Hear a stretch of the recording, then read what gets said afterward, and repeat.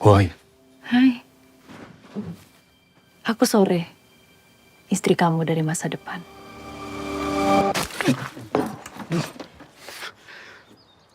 Ada kejadian unik nih, pas film Sore rilis dan laku keras, banyak yang bilang ini masterpiece, film terbaik tahun ini. Yang gak suka, diam aja, takut dibully, takut dibilang nggak dukung karya anak bangsa.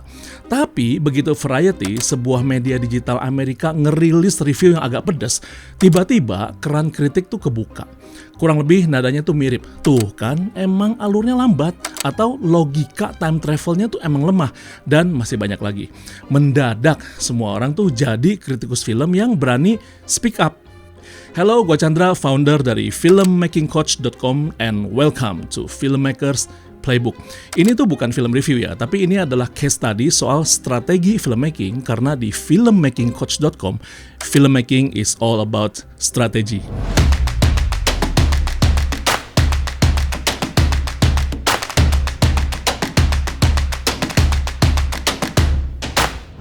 Pertanyaannya, kenapa kita butuh validasi bule dulu, baru berani jujur sama selera sendiri?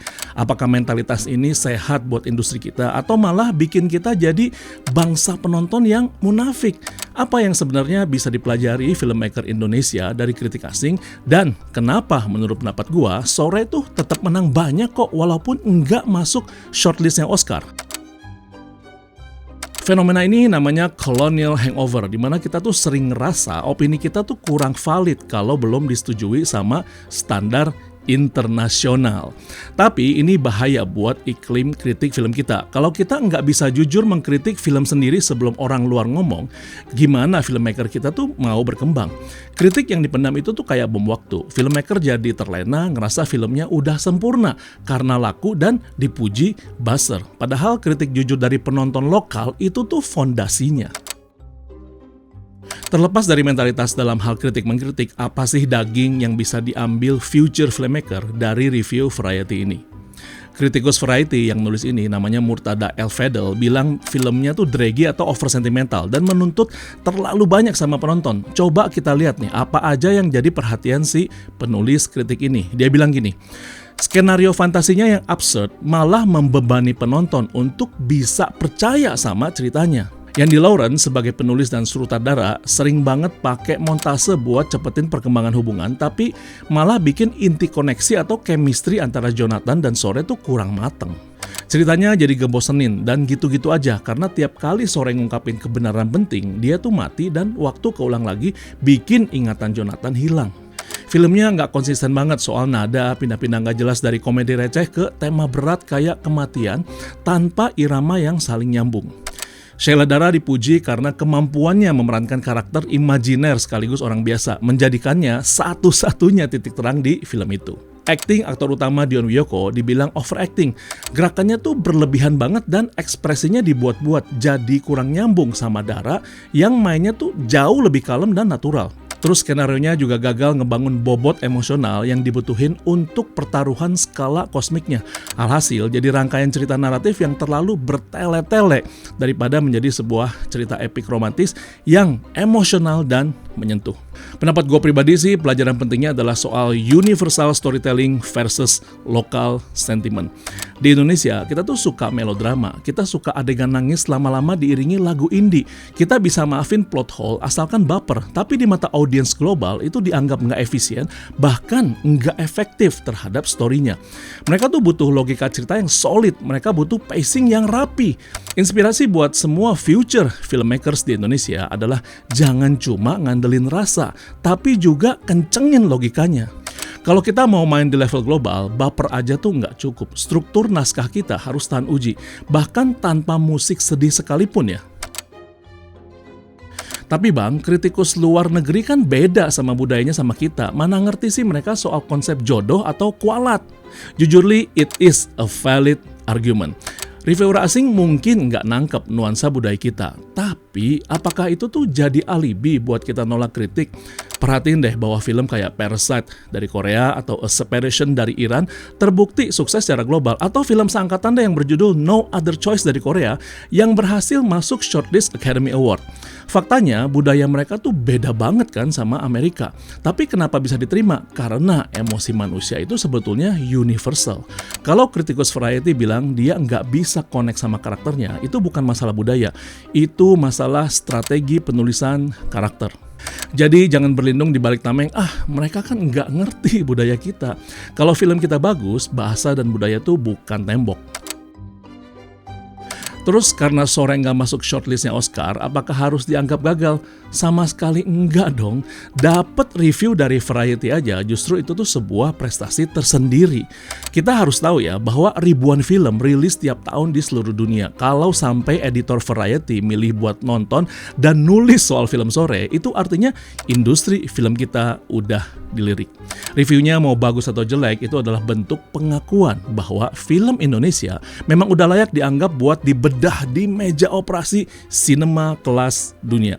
Gue pribadi melihat ini tuh ibarat pintu gerbang. Mungkin Sore belum lolos, tapi Sore tuh ngebuka jalan buat film Indonesia selanjutnya supaya lebih noticeable di mata distributor internasional.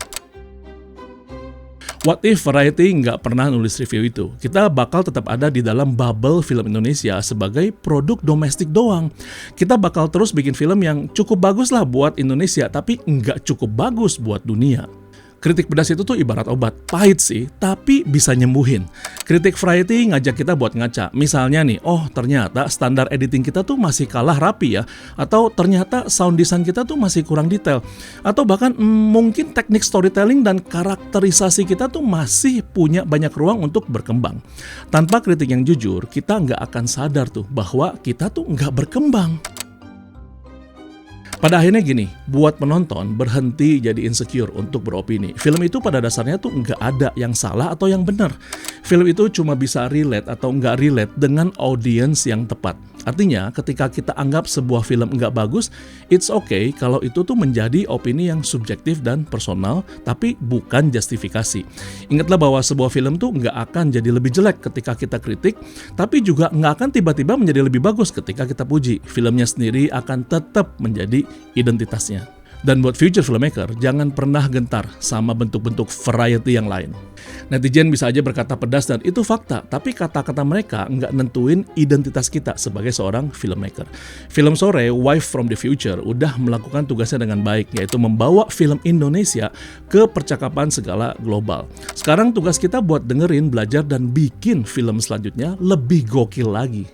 Case tadi ini adalah respon yang subjektif banget terhadap opini editorial terkait fenomena review film Sore di Variety. Dan nggak bermaksud menyudutkan pihak manapun, melainkan untuk edukasi industri film di Indonesia. So, buat semua future filmmakers di Indonesia, gue mau sharing sebuah informasi yang penting banget. Di berbagai workshop, seminar, atau event, pertanyaan yang paling sering gue dapat itu tuh bukan soal beli peralatan apa, tapi soal gimana sih supaya bisa jadi seorang filmmaker beneran yang tangguh dan kokoh ngadepin berbagai kendala dan tantangan di lapangan. Seorang calon filmmaker itu tuh sering diajarin soal technical, tapi kita semua tuh nggak pernah diajarin gimana bangkit lagi kalau film kita flop, gimana handling kru yang rese atau aktor yang moody dan sebagainya. Mana yang lebih penting, pujian atau kritikan, dan gimana cara tetap pede dan sebagainya. 6 bulan terakhir ini gue melakukan perjalanan bawah tanah mewakili semua future filmmakers di Indonesia. Gue coba ngobrol dengan banyak pelaku industri film Indonesia, mulai dari sutradara film, produser iklan, sampai kru teknis yang udah puluhan tahun makan debu lokasi syuting. Gue sengaja nih nggak ngajak mereka bikin podcast, tapi gue mengajak mereka ngopi santai aja, tanpa kamera, tanpa mikrofon. Pertanyaan gue ke mereka tuh sebetulnya cuma satu, yaitu apa sih kesalahan fatal yang sering kalian lihat atau bahkan kalian lakuin sendiri yang bisa bikin sebuah film itu gagal, tapi jarang diomongin di terbuka. Jawaban mereka tuh benar-benar open-minded. Di balik layar yang glamor ada banyak penyesalan, kesalahan konyol, dan berbagai rahasia yang enggak diceritain. Mereka bercerita dengan jujur karena gua janji identitas mereka gua rahasiain. Tapi satu hal yang pasti, secara nyata tuh mereka bilang bahwa filmmaking is not about gear set, but it's about mindset. Semua itu gue catat dan gue kompilasi dalam sebuah ebook yang gue kasih judul 60 Days Future Filmmakers Playbook, dan gue bagi dalam 2 part karena saking banyaknya hal-hal penting yang perlu dimiliki oleh seorang future filmmaker supaya kokoh dan tangguh ngadepin berbagai tantangan di masa depan. Link download ada di filmmakingcoach.com. Pesan gue kali ini, be your own critic. Gue Chandra, see you in the next playbook, and salam action!